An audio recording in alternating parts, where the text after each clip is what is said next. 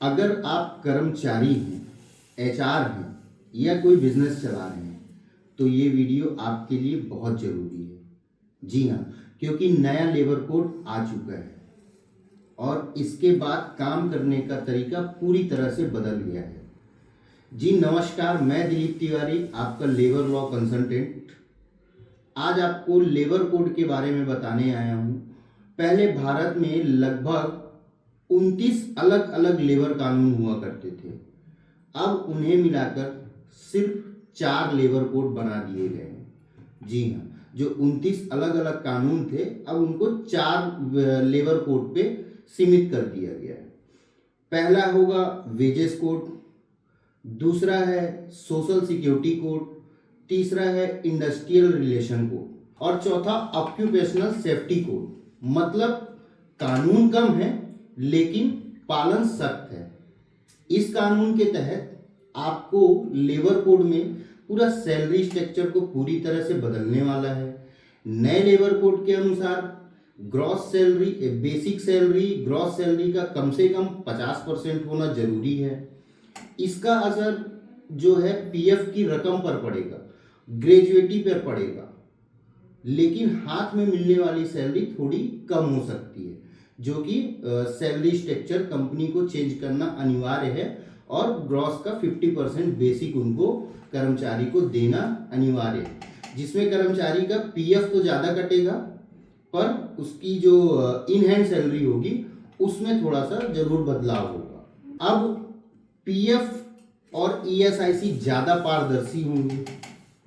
Gratuity के नियम जो है वो सरल हो गए हैं। दोस्तों, पहले ऐसा था कि 5 साल काम करने के बाद ग्रेजुएटी बनता था। अभी ऐसा है कि 1 साल भी अगर आप काम कर रहे हैं तो ग्रेजुएटी के लिए आप एलिजिबल हैं।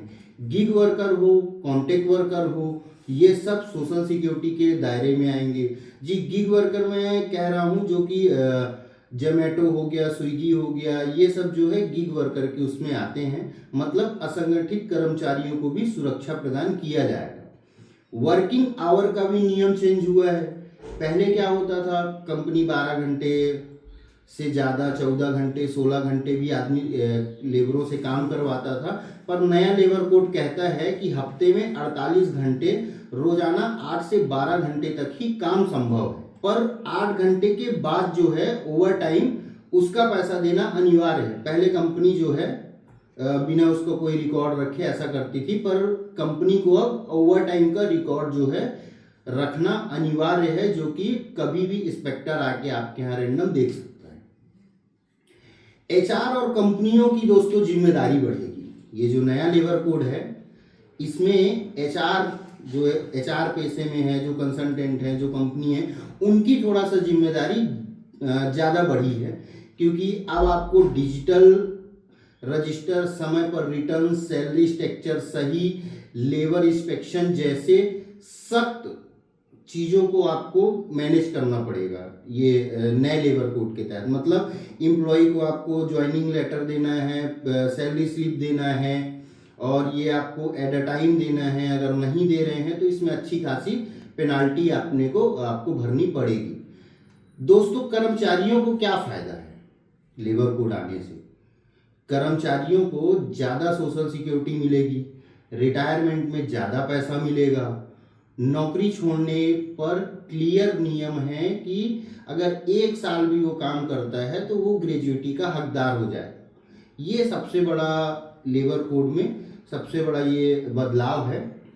और महिलाओं को जो है समान वेतन, समानता का अधिकार है। नए कानून के तहत आपको अगर आप अपॉइंटमेंट लेटर नहीं देते हैं, पे स्लिप नहीं देते हैं, सैलरी स्लिप नहीं देते हैं, तो इसके तहत आपको भारी पेनाल्टी भरनी पड़ सकती है।